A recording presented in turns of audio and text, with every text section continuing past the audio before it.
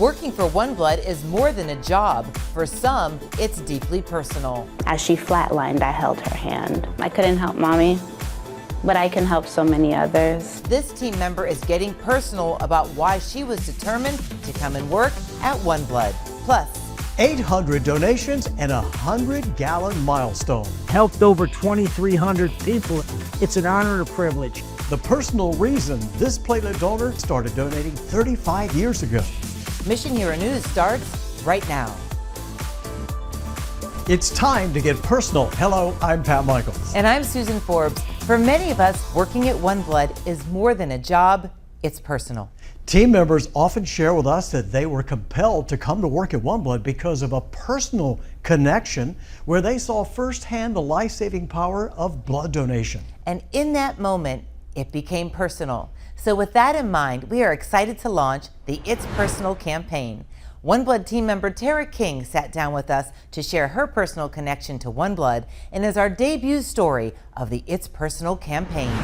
For Tara King, working in the OneBlood reference laboratory in Orlando is personal. My mother had to have multiple transfusions over and over again. Tara's mother battled sickle cell disease her whole life, a painful blood disorder that primarily impacts people of African ancestry. Every patient that comes through, I literally think of Mommy. In 2006, complications from sickle cell took her mother's life. As she flatlined, I held her hand, so I really wouldn't want that to happen to another family. That's why it's so personal to me to work into this lab. It was at that point that I realized that this was the field that I needed to be in. Tara turned the pain of losing her mother into purpose. And I just studied until I knew as much as I could know. Her dedication and determination to help save lives led her to become an immunohematologist. Her journey eventually bringing her to OneBlood, where today she's the manager of the reference lab. And you enter it into the system.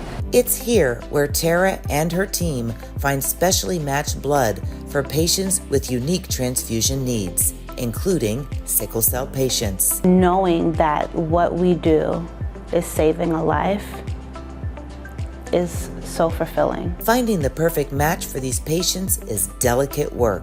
We need all types of blood in the laboratory. Just to find that one donor may take hours and hours of screening. Tara's passion for saving lives transcends beyond the walls of OneBlood and into the community, where she often speaks to sickle cell patients and their families. Cell after cell after cell hitting so that sickle cell can break free. She's raising awareness about the disease and the meticulous work taking place at OneBlood to find compatible blood for sickle cell patients. Now is the time to be vocal about it, because what's the good in you knowing but not others?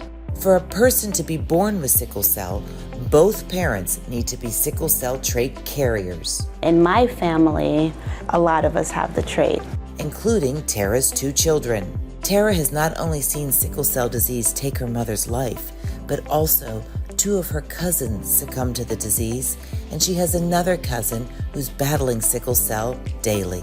It's also important to educate the rest of the family that we want to put a stop to this disease from, reoccurring in our family. If you have a trait, you don't date. It's very personal because of the fact that if you don't know, then you can't do better. You can't prevent. So it's all about teaching and educating. Her life's work now intertwined in keeping her mother's legacy alive and giving other people battling sickle cell a fighting chance. I couldn't help her. I couldn't help Mommy, but I can help so many others. Thank you, Tara, for sharing your personal story with us. And you know what? It's not only personal for team members, but talk to just about any OneBlood donor, and chances are they have a personal connection to our life-saving mission too. That's definitely true, and it's definitely personal for 72-year-old Leo Haggerty, a longtime platelet donor who recently hit the 100-gallon mark. I was there for his big day and learned firsthand why donating is personal for Leo. I started this 35 years ago. My wife's co-worker needed platelets. And that's the beginning of an extraordinary journey for Leo Haggerty, a man who himself survived cancer, came back, and kept donating platelets to help others fight cancer. And rather than talk about his fight with cancer, he'd rather talk about how to help others. There's no easier way to give back to the community, to pay it forward. And again, if you got a couple hours, do platelets. It's the easiest thing in the world. Leo hugs Mary White, whose husband Dan started Leo on his donation journey, giving blood together before Dan passed away.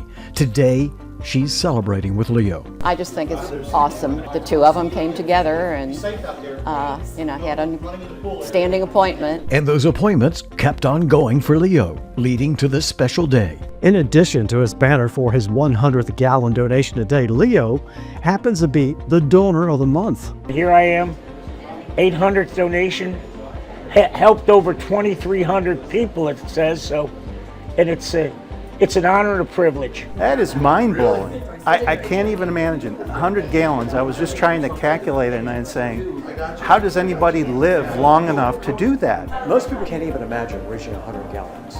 No. Can you imagine? No, I'm looking at a 55-gallon drum over here. Imagine two of those. I mean, this is truly an amazing accomplishment, and I think it just shows the kind of magnanimous person that Leo is and the effect that he's had on our community. If you don't feel proud of that, if you don't feel a sense of giving back to the community, then you just don't have a conscience, because this is something you can do. And now you see why giving platelets is so personal for Leo. Leo, by the way, is a retired teacher and coach, NFL scout, and now heads up a sports company in Tampa and shares his personal story to inspire others to donate blood. Now, I know there are a lot of you out there who have a personal connection to OneBlood, and we want to hear your story. So please contact us at missionheronews@oneblood.org. Let us know your story, and we would love to come see you and share your story. February is Black History Month, a time to honor the personal stories and contributions of African Americans who helped shape the nation. One of those African Americans is known as the father of blood banking, Dr. Charles Drew. Dr. Drew developed a method of separating plasma from whole blood, which allowed it to be stored longer, a process that is still used today by OneBlood and all blood centers. Thanks to his discovery, he was able to spearhead the Blood for Britain effort during World War II, overseeing the shipment of life-saving plasma from New York to Great Britain. Dr. Drew also began work on the first blood bank effort with the American Red Cross in 1941 to supply blood to the U.S. military. He broke barriers and was one of the most important scientists of the 20th century. His life was cut short when he died from injuries he sustained in a car accident in 1950. He was only 45 years old. His legacy lives on today, though, and continues to save countless lives. Such an impactful show, and we want to thank Tara and Leo for being our first It's Personal Stories of 2025. We have more It's Personal Stories in the works and look forward to sharing more in our next show. So until then, thanks for joining us, and we'll see you next time.